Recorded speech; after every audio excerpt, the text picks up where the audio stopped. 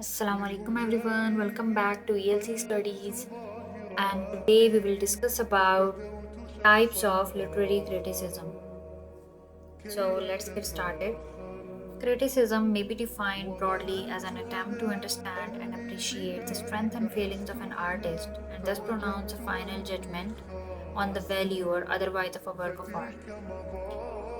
Therefore, depend upon the attitude adopted by the critique to a piece of creation and his methods to express his response. Criticism may roughly be divided or classified into five types. Number one is impressionistic criticism. This type of criticism is subjective and emotional, often based on the critique's personal reaction to the work of art. The critique may focus on their emotional response to the work, their impression of the author's styles, or the effect that the work had on them. An example of impressionistic criticism is Virginia Woolf's essay The Common Reader, in which she shares her personal reactions to various works of literature. Number two is interpretative criticism. This type of criticism focuses on interpreting the meaning and the significance of a work of literature. The critique may analyze the symbolism, themes, and literary devices used in the work to understand its deeper meaning. An example of interpretative criticism is Northrop Frye's essay, The Archetypes of Literature, in which he explores the recurring symbols and archetypes found in literature throughout the history. Number three is scientific criticism. This type of criticism is based on a systematic analysis of the work of literature using methods and theories from various fields such as linguistics, psychology, and sociology.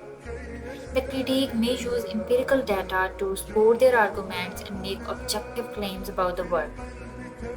An example of scientific criticism is Roland Barthes' essay, The Death of the Author, in which he uses semiotic to analyze the relationship between the author, the text, and the reader.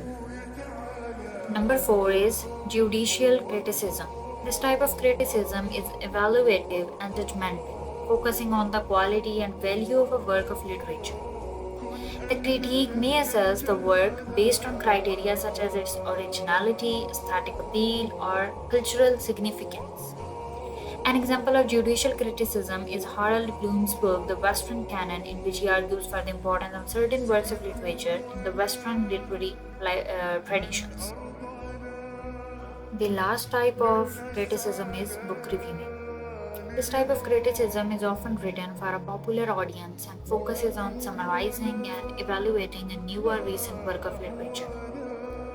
The critique may provide a brief summary of the work and assess its strengths and weaknesses.